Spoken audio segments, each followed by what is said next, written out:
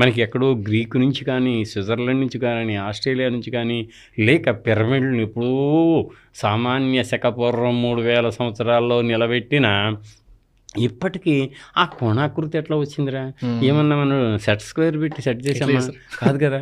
కింద నుంచి కేవలం సెంటర్ లైన్ మెజర్మెంట్ ప్రెసిషన్ ఏమాత్రం తప్పకుండా అలా ఒక్కొక్క వరుస అలాగే పేర్చుకుంటూ పోతే సెంటర్ లైన్ కరెక్ట్గా ఉంది, 4 భుజాలు కరెక్ట్గా ఉన్నాయి, ప్రతి యాంగిల్ కూడా భుజం పైకి అలాగే వెళ్ళి ఒకటి తప్పినా కూడా క్రాస్ అయిపోతుంది. నాకారస్ అవుద్ది కదా, కుదరదు. ఇంకా ఇప్పటికీ ఏలియన్స్ కట్టరేమో అంటారు చాలా. నేను ఒకటి చెబుతాను, అంటే యువకులకు కావచ్చు, పెద్దవాళ్ళకి కావచ్చు, ఎవరికైనా సరే మనం ఒక్కొక్కళ్ళకి ఒక్కొక్క మతం బాగా ఏమంటామంటే ఇష్టంగా ఉంటుంది. ఉదాహరణకి పిల్లల మీద కూడా ఇష్టమే. పిల్లల మీద బాగా ఇష్టం అని చెప్పి వాళ్ళు ఏ పని చేసినా మనం ఎంకరేజ్ చేయకూడదు. ఎప్పుడన్నా దారి తప్పుతున్నప్పుడు వాళ్ళని మళ్ళీ దారిలోకి తేవాల్సిన బాధ్యత కూడా మనకి ఎలా ఉందో అలాగే మతం మీద నమ్మకం కొనసాగించవచ్చు. కానీ మతంలో ఉన్నటువంటి కొన్ని ఆలోచించదగ్గ లేక దాన్ని ఏమంటామంటే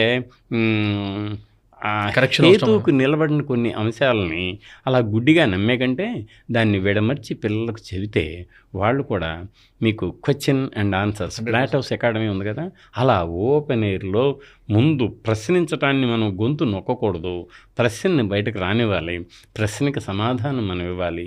ఇచ్చినప్పుడు మాత్రమే అతను బుద్ధి ప్రతిరోజు దినదినం కుశాగ్రబుద్ధిగా తయారయ్యి ఎంచుకున్న వృత్తిలో తాను అగ్రగణ్యుడు అవటానికి అవకాశాలు ఉంటాయే కానీ నువ్వు అడగటానికే వీల్లేదు అని మనం అనకూడదు.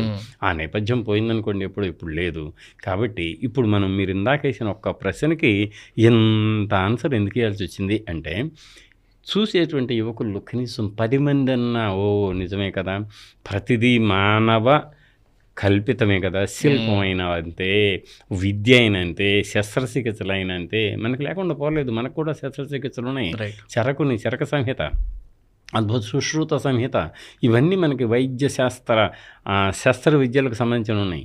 చాలా విషయాల్లో పోతే కష్టం. ఇప్పుడే కాదు, ఇనుపయుగంలోనే శస్త్ర విద్యలో శస్త్రచికిత్సలు జరిగాయి. మహబూబ్ నగర్ జిల్లాలో మేము తవ్వకాలు చేస్తే మాకు small kit of surgical tools దొరికినాయి. ఎప్పుడది యాక్చువల్గా 1000 BC అనమాట. ఎలాంటివి ఉండేది సార్ అందులో? చిన్న మీకు ఎట్లా ఉంటాయంటే చిన్న ఉలుల్లాగా సూదుల్లాగా పట్టుకొని అసలు మీకు ఎలాగంటే ఇన్ ది సెన్స్ ఎక్కడికక్కడ శరీరాన్ని, కండరాలని, నరాల్ని వేరు చేసి అక్కడ చేయవలసిన చికిత్సకు ఉపయోగించి ఆ తర్వాత కుట్లేయగల సామర్థ్యం కలిగిన అతి సూక్ష్మ ఇనుప పనిముట్లు దొరికాయి.